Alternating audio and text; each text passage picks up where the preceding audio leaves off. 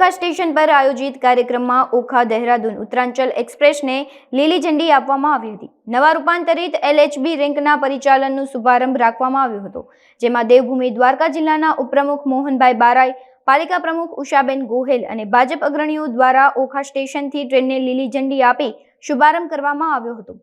આજથી ઓખા દહેરાદૂન ઉત્તરાંચલ એક્સપ્રેસ અને ઓખા તુતીકોરીન વિવેક એક્સપ્રેસ ટ્રેનનો પરંપરાગત રેન્કને બદલે નવા રૂપાંતરિત LHB રેન્ક સાથે દોડશે। ઓખા દહેરાદૂન ઉત્તરાંચલ એક્સપ્રેસ ટ્રેનમાં કુલ 16 કોચ છે, જેમાં 1 second AC, 4 third AC economy, 6 second sleeper, 3 general, 1 luggage van અને 1 જનરેટર વાન કોચનો સમાવેશ થાય છે।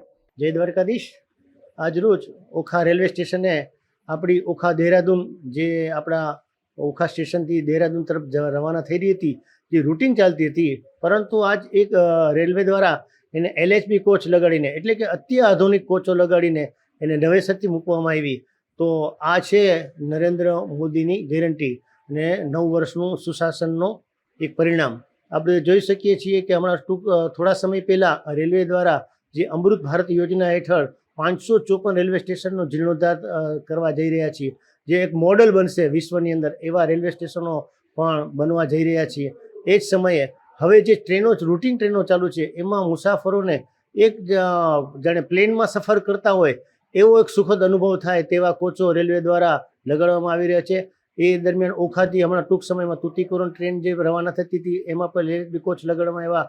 તો જે આપણી ભારત અર્થતંત્રની જે કરોડરજ્જુ સમાન છે એવી રેલવે દિવસે દિવસે યાત્રિકોની સુવિધામાં તથા ગુડ્સ પરિવહનમાં પણ ખૂબ સુધારા કરી રહી છે।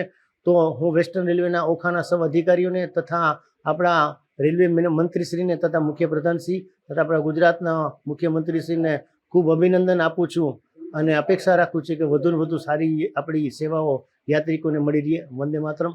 જય જય ગરવી ગુજરાત।